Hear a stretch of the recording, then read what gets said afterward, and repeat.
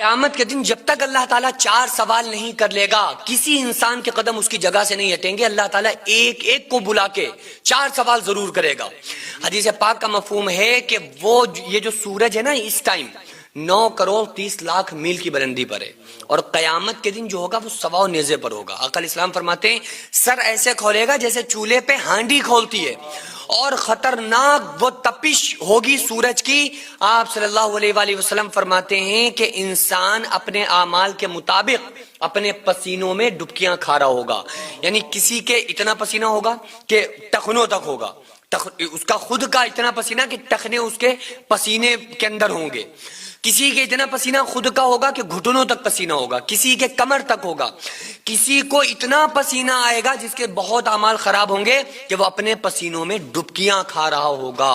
آقا علیہ السلام نے ارشاد فرمایا آنسو ختم ہو جائیں گے روتے روتے تو آنکھوں سے خون جاری ہو جائے گا.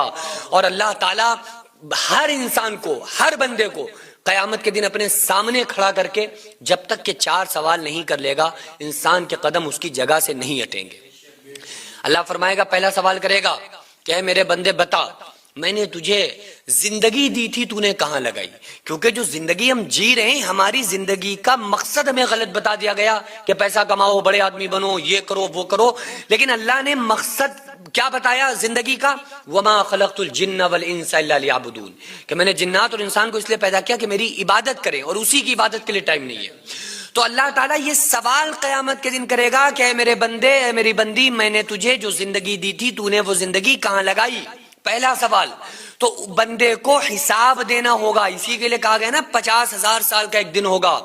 اور اللہ جو کہہ رہا ہے بتا رہا ہے اس کے بارے میں کہ یا ایھا الناس اتقوا ربکم, اے لوگوں اپنے رب سے ڈرو. ڈرنے کا مطلب یہ تھوڑی کہ وہ لاٹھی ڈنڈا لے کے آئے گا. ڈرنے کا مطلب یہ ہے کہ اللہ نے اپنے عذابات سے ڈرایا ہے.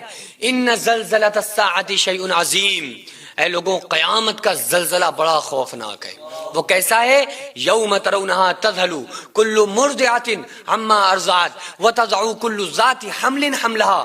تم اس دن دیکھو گے کہ ہر ماں اپنے دودھ پیتے بچے کو بھول جائے گی.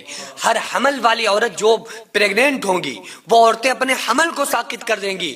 وتری الناس سکارا, تم لوگوں کو نشے کی حالت میں دیکھو گے. وما ہم بسکارا, حالانکہ وہ نشے میں نہیں ہوں گے. پھر نشے میں کیوں لگ رہے ہوں گے؟ کیونکہ ولکن عذاب اللہ شدید, اللہ کا عذاب ہے ہی بڑا سخت. تو اللہ تعالیٰ اس زندگی کے بارے میں جو اس نے زندگی ہمیں دے کر اس دنیا میں بھیجا ہے کہ جاؤ اپنے رب کو راضی کر کے آؤ, اس کے بارے میں قیامت کے دن پوچھے گا کہ اے میرے بندے میری بندی جو میں نے تجھے زندگی دی تھی وہ تو نے کہاں لگائی.